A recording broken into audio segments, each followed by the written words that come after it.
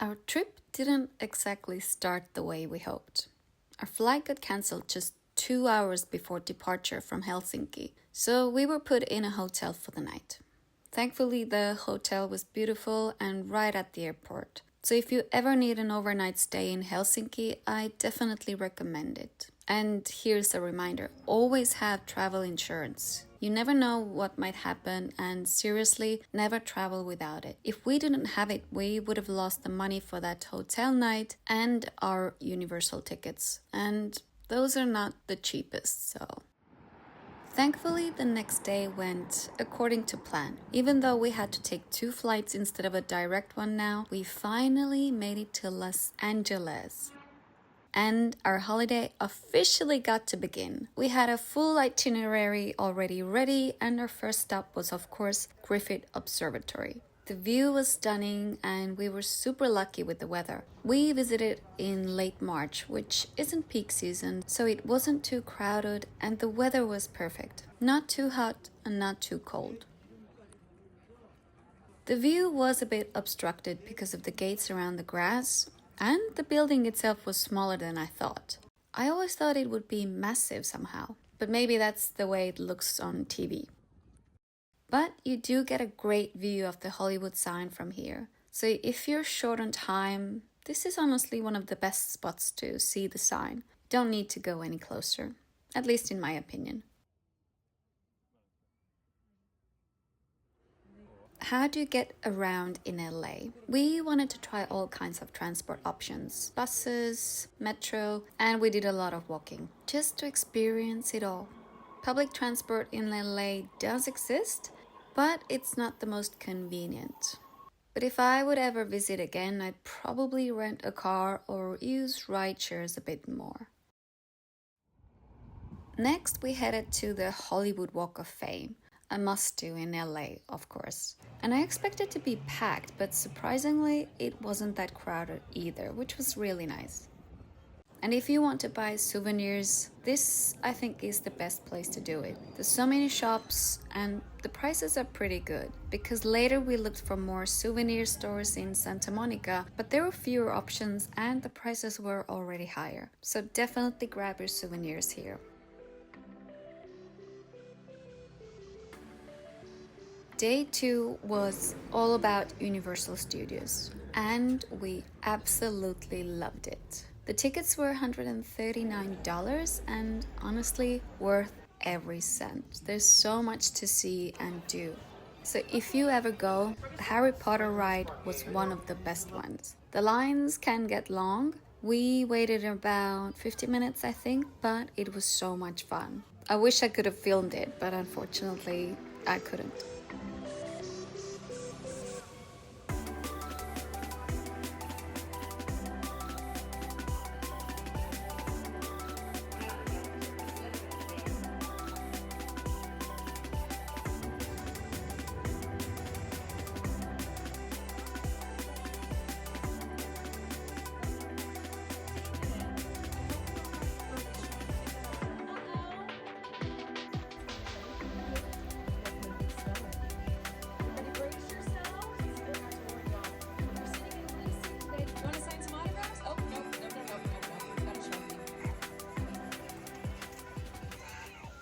Another favorite was the Jurassic Park ride, which had the longest wait time, partly because there was a technical issue, but we stuck it out and it was worth it. But yeah, if you go to Jurassic Park ride, just don't sit in the front row if you don't want to get soaked.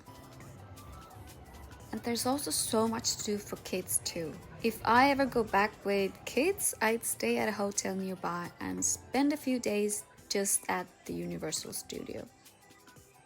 And we ended the day with the Waterworld show. That was amazing. Make sure to check the show times because it only runs a few times a day and you don't want to miss it. We spent 9 hours there in total. A full day, but so much fun. And I have to say, it was one of my favorite days of the trip. Day 3 was all about shopping and chilling, and one of the biggest reasons we came to LA in the first place. a Lakers game. Even if you're not a huge basketball fan, going to watch a game is such a cool experience. The energy, the entertainment, the crowd, it's a whole vibe, a different vibe. So if you're ever in LA and can get tickets, do it. It's such an iconic part of LA culture which you might not get to experience otherwise, so definitely something to add to your LA bucket list. For the end of the trip, we switched hotels because we wanted to stay closer to Santa Monica for the last few days in LA. And we stayed at the Hilton, which was really nice. The location was great as it was very close to the beach, but just a heads up, there's a $40 daily fee. I think it was a tourism tax, but you do get $35 credit to use at their shop or restaurant. But it wasn't mentioned when we booked, so good to know in advance.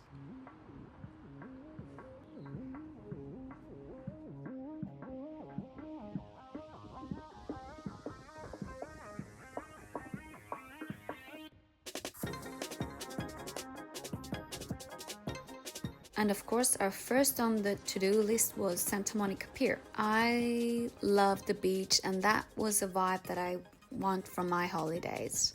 It was beautiful, but it was a bit windy, so we didn't stay long. And we walked along the beach all the way to Venice Beach and Muscle Beach.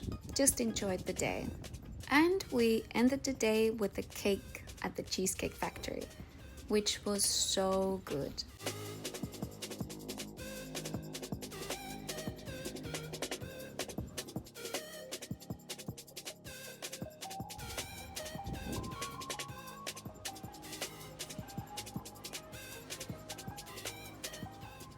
On our last day, we did a quick stroll through Rodeo Drive, but honestly, it wasn't that impressive. We did all the things we wanted to do in LA, and if we had to pick our favorites, it would definitely be the Universal Studios and the game night.